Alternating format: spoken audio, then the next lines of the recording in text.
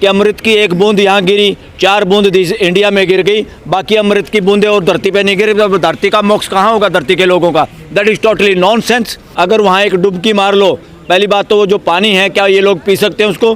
क्या उस पानी में कोई नहा के दोबारा शावर के नीचे नहीं गया? ये वर्णवादियों का मेला है, वर्णवादियों द्वारा आयोजित है, वर्णवादियों के लिए है। बाकी लगाने से सारे पाप धुल जाएंगे। कितने लोगों के पाप धुले? अरे कौन है ये कटपटा बेवकूफ बच्चा है इसी देश का? क्या धीरेन्द्र शास्त्री सुश्री यार क्या कि अरे छोड़ना धीरेन्द्र को, हम कोई गिनती नहीं करे। कोई मूर्ख आदमी बकवास करता रहे उसका जवाब देंगे क्या हम? क्या धीरेन्द्र लगाए बैठे हो आप लोग? धरती पे कौन सूर है कौन असुर है ये अपने आप में असंवैधानिक है, ये मानवता विरोधी है, ये अस्तित्व विरोधी बातें हैं। मानव जाति में कोई असुर नहीं है, सारे मानव एक जैसे हैं, सब में एक जैसा सॉफ्टवेयर है, 800 करोड़ एक जैसे लोग हैं। तो पहली बात तो ये कथा कहानी अपने आप में फ्रॉड है, अनसाइंटिफिक है। कुंभ में इतने लोगों का इकट्ठा होना और उसको परमिशन देना ये अपराध है, ये संवैधानिक अपराध है, ये मानवीय अव्यवस्था है। मानवीय व्यवस्था इतने लोगों को एक जगह इकट्ठा करना, बीमारी फैलने का खतरा, भगदड़ बच के मरने का खतरा, अनहोनी हो जाए, उसकी सुरक्षा की व्यवस्था यहाँ जंतर मंतर पे तो कहते हैं लॉ एंड ऑर्डर बिगड़ जाएगा। और कुंभ पे इतनी दुनिया को इकट्ठा करके आस्था होती है इंडिविजुअल की, उसका ढिंडोरा पीट के इतनी दुनिया को इकट्ठा नहीं किया जाता। ये एक तरह से पॉलिटिकल आस्था थी और ये एक तरह से मानवीय व्यवस्था के खिलाफ है, ये मानवीय अव्यवस्था है। सुप्रीम कोर्ट में सुनवाई थी, सुप्रीम कोर्ट की भी मैं बात बता रहा हूँ। ये कुंभ के मेले में एक स्टेट के लोग नहीं थे, ये कुंभ के मेले में पूरे देश के लोग इकट्ठा हुए थे। सभी लोगों की जान को खतरा, इतने लोगों को एक जगह इकट्ठे होने देना अपने आप में कानूनी व्यवस्था चरमराने के पूरे खतरे रहते। हुआ भी वही। यहाँ जंतर मंतर में लोग अपना धरना जुलूस इकट्ठे होते हैं, वहाँ तो तुम कहते हो गड़बड़ हो जाएगी लैंड ऑर्डर की, और हर आदमी को खतरा बताने लगे। हमारी जो सुप्रीम कोर्ट है, कॉन्स्टिट्यूशनल कोर्ट है, उनकी क्या ड्यूटी है? कॉन्स्टिट्यूशनल कोर्ट है लोगों के फंडामेंटल राइट बचाना, और फंडामेंटल राइट में सबसे ज़्यादा इम्पोर्टेंट है लोगों की जान बचाना। Right to life, right to faith है, वो सेकेंडरी बात है।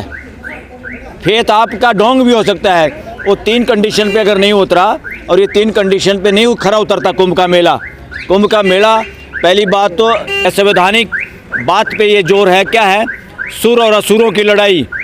धरती पे कौन सुर है कौन असुर है ये अपने आप में असंवैधानिक है, ये मानवता विरोधी है, ये अस्तित्व विरोधी बातें हैं। मानव जाति में कोई असुर नहीं है, सारे मानव एक जैसे हैं, सब में एक जैसा सॉफ्टवेयर है, 800 करोड़ एक जैसे लोग हैं। तो पहली बात तो ये कथा कहानी अपने आप में फ्रॉड है, अनसाइंटिफिक है। अगर किसी को ये सच्ची माननी भी है तो आप इसका बोझ हमारे पूरे देश की मानवता या देश के सिस्टम का मिसयूज नहीं कर सकते। इसको बढ़ाने के लिए लोगों को मानसिक गुलाम बनाती है। मानसिक गुलाम कैसे बनाती है? आपको कहती है कि अमृत की एक बूंद यहाँ गिरी, 4 बूंद इंडिया में गिर गई, बाकी अमृत की बूंदें और धरती पे नहीं गिरी। तो धरती का मोक्ष कहाँ होगा धरती के लोगों का? That is totally nonsense. ऐसी कथा कहानियाँ जो अनसाइंटिफिक है, जो संविधान हमारा कहता है लोगों को क्वेश्चन उठाने का हक है, वो उठाना भी चाहिए।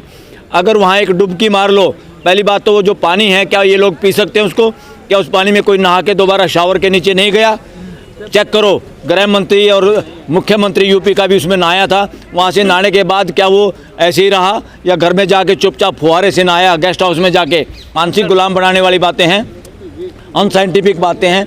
ऐसी चीज़ों पे गैदरिंग करना असंवैधानिक है, और ये आस्था, ऐसी आस्था का प्रचार प्रसार करने के लिए कोई भी ना सरकार ना सरकारी सिस्टम का दुरुपयोग नहीं किया जा सकता। इतने लोगों को एक जगह इकट्ठे होने की, इसलिए इतने लोगों को इकट्ठा किया गया। जो आज का जो हिंदुत्व का जो है, ये अपने आप में सनातन में यहाँ किसकी वो व्याख्या कर रहा हूँ? सनातन का मतलब है यूनिवर्सल लॉ पे आधारित कोई भी बातें हैं उसको हिंदी में हम सनातन कहेंगे, और यूनिवर्सल लॉ का कोई विरोधी नहीं है। धरती घूमती है, गैलीलियो ने कहा था, तो उसका विरोध किया था फादर और उनकी, हमारी इससे तो गड़बड़ हो जाएगी, बाइबल पे तो क्वेश्चन उठ जाएंगे। वो तो एक आदमी समझदार था, वरना वो फांसी तोड़ा जाता। और धरती घूमने के आधार पे कितने साइंटिफिक तरीके ईजाद हुए, कितनी चीज़ों का आप भी सुविधा ले रहे हैं उस आधार पे। तो इसी तरह बहुत सारी गपोड़ कथा कहानियाँ आज देश के युवाओं को, खासतौर पर प्रोफेसर लोगों को यूनिवर्सिटीज़ में ये ढोंग फैलाना चाहते हैं। यूनिवर्सिटीज़ के अंदर एक भी वर्णवादी, ढोंगवादी कथा कहानी ग्रंथ सब कुछ बैन होना चाहिए, वो प्रतीक भी बैन होने चाहिए। कोई जिम्मेदारी नहीं ले रहा है सर। देखिए, सुप्रीम कोर्ट ने बिल्कुल गलत काम किया है। सुप्रीम कोर्ट को इस पटिशन को यहीं वो करना चाहिए था। ये बहानेबाजी जो सुप्रीम कोर्ट की ना, ये बहुत विचित्र है, ये बहुत गलत है, अनसाइंटिफिक है, असंवैधानिक है। क्यों कहा हाई कोर्ट जाने?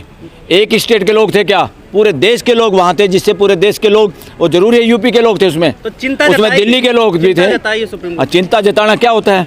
सुप्रीम कोर्ट की ड्यूटी है। हमारी आखिरी हथियार वो है, जब सरकार और अफसरशाही बदमाशी करे, विधायिका बदमाशी करे, पार्लियामेंट बदमाशी करे, जब ड्यूटी बनती है सुप्रीम कोर्ट की, हाई कोर्ट की, सुप्रीम कोर्ट को ये केस सुनना चाहिए था। लेकिन सर भगदड़ में कितने लोगों की जान गई, ये क्यों आंकड़ा क्या सही में छुपा रही है, कोई साजिश है इसके पीछे? देखो, ट्रांसपेरेंसी तो नाम की चीज़ है नहीं, ये छुपाने के नाम ही शासन व्यवस्था में छुपाया जाता है, ढोंग और झूठी बातें फैलाता है।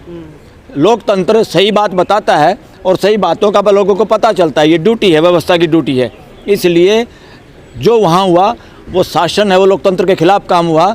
एक एक पत्रकार को वहाँ जाने देना था, सच्चाई बताने देनी चाहिए थी। मुख्यमंत्री जी भावुक हो जा रहे हैं, आप कह रहे हैं सर। अरे मुख्यमंत्री, वो गद्दी का चक्कर है, ये गद्दी जाएगी तो कौन पूछेगा? इतने गनमैन घूम रहे हैं, वाहवाही हो रही है, रिकॉर्ड बना सरकारी पैसे का इस्तेमाल कर रहे हैं, कुछ भी बकवास किए जा रहे हैं। जिन मुसलमानों को कुंभ में वर्जित था वही मुसलमान उनके लिए तमाम दाना पानी इकट्ठा कर। इसलिए मैं, ये धार्मिक आयोजन था ही नहीं। जिस धार्मिक आयोजन वो होता है जिसमें बिना जाति, बिना लिंग, बिना किसी का रिलीजन देखे सबको समान रूप से भागीदारी करने का मौका मिलता है, वही धार्मिक है। ये सारे सांप्रदायिक प्रोग्राम है। कुंभ एक सांप्रदायिक प्रोग्राम है, ये कोई धार्मिक वार्मिक नहीं है, ये सांप्रदायिक है। ये वर्णवादियों का मेला है, वर्णवादियों द्वारा आयोजित है, वर्णवादियों के लिए है। बाकी देश की जनता को मूर्ख बनने की इसमें कोई जरूरत नहीं। लेकिन सर संजय निषाद जाना भी नहीं चाहिए था। अरे इसीलिए तो उसी वर्णवादी ग्रंथों की वजह से तो एक मसीह आएगा, लोगों को बचाएगा, और जो कुछ करोगे एक पानी की बूंद के वहाँ डुबकी लगाने से सारे पाप धुल जाएंगे। कितने लोगों के पाप धुले? कुछ लोगों की जान चली गई, कुछ लोगों के धक्के खाए होंगे, कुछ लोगों के बच्चे गायब हो गए होंगे, कई दिन में मिले होंगे। जान चली गई, धीरेन्द्र शास्त्री बोल रहे हैं कि जान नहीं चली गई, ये मोक्ष मिल गया है। अरे कौन है ये कटपटा बेवकूफ बच्चा है इसी देश का? क्या धीरेन्द्र शास्त्री सुश्री यार, क्या कथावाचक है, उनके क्या? साथ देश का 10-10 करोड़ क्या होती है कथावाचक? क्या होता है कथा क्या होती है? कथा का मतलब है क्या था, भूतकाल में क्या था, और वो भूतकाल की सच्चाई अगर बताएं तो वो कथा है। अगर भूतकाल की षड्यंत्रकारी बातें, झूठी बातों का प्रचार करें, वो कथा नहीं है। पर्ची निकाल कर वो भविष्य काल बता देते हैं, आप भूतकाल पे अटके हैं। फिर आप निकलवाते रहो, क्यों मूर्ख बन रहे हो? क्यों मूर्ख बन रहे हो? कहीं मैंने एडवर्टाइजमेंट भी सुनी कि वो कोई तुलसी, असली तुलसी माला पहन लो और धन आ जाएगा, ये हो जाएगा। इन पर मुकदमे चलने चाहिए, लोगों को जेल के सलाखों में होने चाहिए। दो देश के लोगों को मूर्ख बना रहे हैं। सर एक बाबा है शंकराचार्य, वो कह रहे हैं धीरेन्द्र शास्त्री को वहाँ पे उनको ढकेल दिया जाए तो मोक्ष की प्राप्ति मिल और क्या कहेगा बेचारा? उसने सही कहा कि इसी को मोक्ष दे दो। सांप्रदायिक आयोजन पे इनको धार्मिक आयोजन कहना बंद कर दो। आप लोग कम से कम सोशल मीडिया के जो पत्रकार हो, ये धार्मिक आयोजन नहीं, धार्मिक आयोजन वो होता है पूरी मानव जाति के लिए जो होता है वो धार्मिक आयोजन होता है। सर धीरेन्द्र शास्त्री कहते हैं जो कुंभ में नहीं जाएगा वो देशद्रोही होगा। छोड़ना धीरेन्द्र को, हम कोई गिनती नहीं कर रहे। कोई मूर्ख आदमी बकवास करता रहे, उसका जवाब देंगे क्या हम? क्या धीरेन्द्र लगाए बैठे हो आप लोग? भूल जाओ, ये आप प्रचार मत करो ऐसे संसद में बेहुदा मानसिकता को। बवाल हो रहा है इस पे, क्या विपक्ष साजिश कर रही, करें गिद्ध की तरह बैठा था विपक्ष और इस भगदड़ का इंतजार ही कर रहा अरे बकवास है ये सारे के सारे लोग शासन मानसिकता के लोग हैं। ये डोंग फैला रहे, डोंगवादी सारी बातों को। पहले अपने आप मुक्ति पाओ। आप लोग भी डरे हुए, आप लोगों को भी लगता है कोई और काम मैं करूँ नहीं, पैसे आ जाएं, जिम्मेवारी निभाएं नहीं, संबंध सारे ठीक रहें। ये सारी की सारी बकवास हैं। एक भगवान पे के भरोसे रहना, एक बूंद जहांगीर की वहाँ के ना के पाप धोने का, अगर जब तक मानसिक गुलामी आप ढोते रहोगे, वर्णवाद और ये शासन मानसिकता के लोग फैलते रहे। मेरे को कुंभ क्या करना? कुंभ का?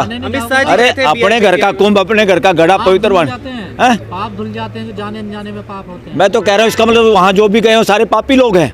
इसे साबित होता है कि जिसके डर में है कि मैं वहाँ जाऊँगा मेरे पाप धुल जाएंगे, तो पापी लोग हैं। इसका मतलब जेल में वो लोग होने चाहिए जो जेल में बेचारे, वो छूटने चाहिए।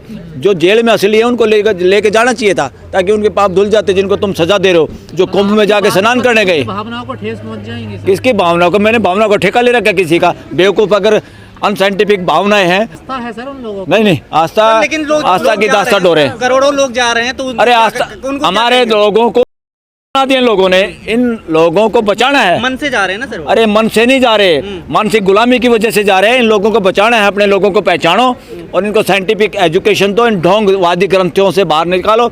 ये कथावाचक है जो झूठ, आज एक बाढ़ की भी उम्र पता चल जाती है। इन कथा कहानी रचने वालों ने, ढोंगवादियों ने, ये पता ही नहीं था कि फ्यूचर में साइंस आएगी और बता देगी कि जो तुम कह रहे हर जगह गोडे मार दिए, भीम ने पानी निकाल दिया, ऐसी साबित हो जाएंगी चीज़ें कि झूठ गपोड़ कथा कहानियाँ तुम्हारी नंगी हो जाएंगी। तो हम मोक्ष हो जाता है उसका। अच्छा, जिसको मोक्ष चाहिए जाओ मरो, सर भगदड़ होता क्यों है? इस तरीके की घटनाओं में क्या करना चाहिए सरकार को? बस एक अंतिम सवाल, सरकार को क्या करना चाहिए? जितने भी आयोजन है सांप्रदायिक आयोजन, इन पे एक तरह से पॉलिसी बनानी चाहिए। इतने लोग इकट्ठे नहीं होने देने चाहिए। इतने लोग इकट्ठे होकर उनको मरने के लिए छोड़ देना ये अपराध है, ये संवैधानिक अपराध है, ये देशद्रोह है। सरकार के नाम पे ये गुंडागर्दी और बदमाशी है, जिसमें सारे लोग शामिल हैं, जितने नेता लोग हैं जो जा के डुबकी मार के और अपने फ़ोटो खिंचवा के अगली वोटों की तैयारी कर रहे हैं। ये वोटों के सौदागर हैं जो मौतों पे देश के लोगों को कोई लेना देना नहीं, ना देश के लोगों को सच्चाई से अवगत कराना चाहते। और